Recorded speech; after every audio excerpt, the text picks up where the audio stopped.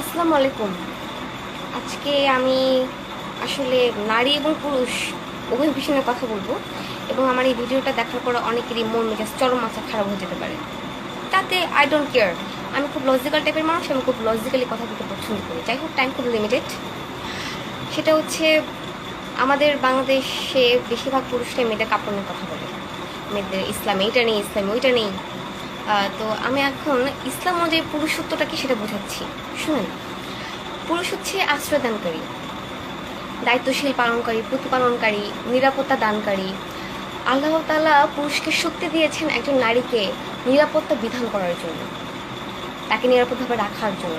আল্লাহ পাক যেভাবে আমাদের সকল বান্দাদের গুনাহ মাফ করে আমাদের লালন পালন করছেন, ঠিক তেমনি একজন পুরুষ একজন নারীকে স্নেহ দিয়ে, মমতা দিয়ে তাকে বোঝাবেন, তার ভুলগুলো শুধরে দিবেন, হিংস্রতা দিয়ে না। উত্তম পুরুষের সংজ্ঞা আমরা মহানবী সাল্লাল্লাহু আলাইহি ওয়াসাল্লামের মধ্যেই পাই। এখন অনেকেই অনেক সুন্নত পালন করে মহানবী সাল্লাল্লাহু আলাইহি ওয়াসাল্লামের সুন্নত, যেমন 4টা বিয়ে করা, দাড়ি দাড়ি রাখা, দেন হচ্ছে আপনার চুলে কালি দাও, ফর এভার এলস। হ্যাঁ, তো মহানবী সাল্লাল্লাহু আলাইহি ওয়াসাল্লাম তো অনেক অনেক ভালো ভালো আরও কিছু সুন্নত আছেন। সেটা হচ্ছে নারীদের সম্মান দেওয়া। তারপর হচ্ছে যখন উনি স্ত্রীদেরকে ঘরে ঢুকে প্রথম স্ত্রীদেরকে সালাম দিতেন না। এবং অনেকেই বলেন যে নারীদের নাকি যুদ্ধ করা নিষেধ। কই না তো। উম্মা উমাইরা রাদিয়াল্লাহু আনহু উনি দ্বিতীয় বাইতুল আকিবার, উদরের যুদ্ধ, হুনায়নের যুদ্ধ, ইয়ামার যুদ্ধ পার্টিসিপেট করেছেন। এছাড়াও 20 women's took part in the battle of Khaybar. হ্যাঁ, and one of them was Umma Umaira. এবং নোবেল কোরআনেও 33 থেকে 35 এর জন্য একটা আয়াত নাজিল করা হয়েছে। আপনার ইচ্ছে করলে সেটা পড়তে পারেন, দেখতে পারেন। আচ্ছা, এবার মেয়েদের ব্যাপারে আসি। আমি জানি অনেক মেয়ে রাগ করবেন, বাট কিছু করার নেই। সেটা হচ্ছে যে আমরা নারী, আমরা কি ইউনাইটেড? একটা ক্লাসে যখন দুজন সুন্দর মেয়ে থাকে, আমরা বন্ধু হই না, আমরা কিন্তু একজন একজনকে পিন মেরে কথা বলি। যখন রাস্তাঘাটে কোনো নারীকে অসম্মান করা হয়, বা তখন আমরা 10টা মেয়ে এসে কিন্তু তাকে ঘেরাও করি না বা তাকে থ্রেট করি না। কিন্তু পুরুষদের বেলায় দেখেন, আপনি একটা পুরুষকে গালি দেন, 10টা পুরুষ এসে আপনার এগেনস্টে দাঁড়াবে। আমরা কি সেটা করি? আমরা করি না। যেখানে আমরা মেয়েরাই ইউনাইটেড না, যেখানে আমরা মেয়েরাই মেয়েদেরকে সম্মান করি না, সেখানে পুরুষ আমাদেরকে কেন সম্মান করবে? বাসে আমি সবসময় তো উঠি না, বাট মাঝে মাঝে যখন উঠি তখন দেখি যে পুরুষরা মহিলাদের সিট দখল করে বসে আছে, এবং অন্যান্য মহিলারা বসে আছে। তারা কিন্তু কখনো আওয়াজ তোলে না যে আপনি উঠেন, এটা মহিলার সিট। ওনারা বসতে পারছেন, দ্যাটস এনাফ। আর একটা মেয়ে যে কষ্ট করছে, আর একটা নারী যে এখানে দাঁড়িয়ে দাঁড়িয়ে অসম্মানিত হচ্ছে, সেটা নিয়ে কিন্তু তারা কোনো কথা বলছে না। সো পুরুষরা তো সাহস পাবেই আমাদেরকে টর্চার করার জন্য।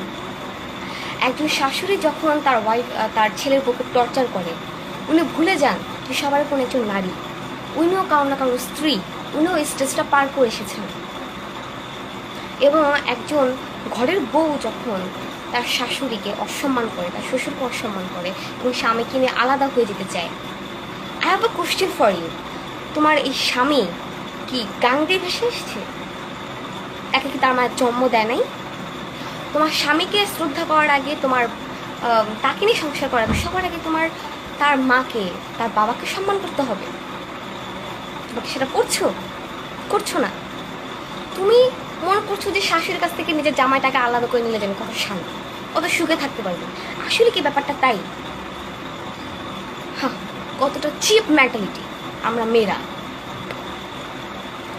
রাস্তাঘাটে খুন্তি নিয়ে, হ্যাঁ, তারপরে হচ্ছে ওই যে কি বলে যে দাড়ি, চাকু, হ্যাঁ, ছুরি নিয়ে, মশলা নিয়ে যতই হাঁটি না কেন, আমরা যতদিন পর্যন্ত আমরা সব মেয়েরা ইউনাইটেড না হচ্ছি, একটা মেয়েকে অসম্মান করতে দেখলে আমরা 10টা মেয়ে যতক্ষণ পর্যন্ত ঝাঁপিয়ে না পড়ছি, ততক্ষণ পর্যন্ত এই অত্যাচার চলবে এবং চলতে থাকবে। Nobody can stop that. এবং প্রত্যেকটা দেশে কিন্তু তা হচ্ছে। সো সবার আগে আমাদের মেয়েদের নিজেরটা ঠিক করতে হবে, নিজেদেরকে শুধরাতে হবে। তারপর কি আমরা একটা পুরুষকে শুধরাতে পারি, তাই না?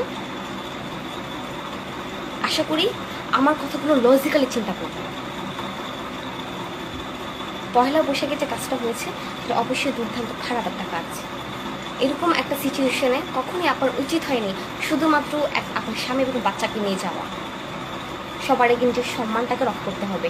কোন জায়গায় গেলে আপনার সম্মান থাকবে এবং কোন জায়গায় গেলে আপনি হেনস্থ হতে পারেন সেটা বুঝে আপনার রাস্তাঘাটে চলা উচিত, সেটা বুঝে আপনার সে জায়গায় যাওয়া উচিত। এখন এরকম মানে লাখ লাখ মানুষের ভিড়ে যখন আমরা মেয়েরা যাব, অবশ্যই আমাদের সেরকম প্রোটেকশন নিয়ে যেতে হবে। একজনের বদলে 10 জনকে নিয়ে যেতে হবে যাতে আমরা নিজেকে প্রোটেক্ট রাখতে পারি। আর যদি সেরকম ব্যবস্থা না থাকে আমাদের যাওয়ারই দরকার নেই। কারণ সবার আগে নিজের সম্মানটা রক্ষা করতে হবে, নিজের আনন্দ, নিজের খুশি, এই সংস্কৃতি, সবার আগে নিজের সম্মান, সবার আগে নিজে, তারপর বাকি সব কিছু। So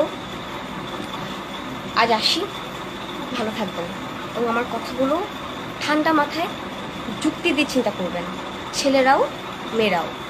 thank you.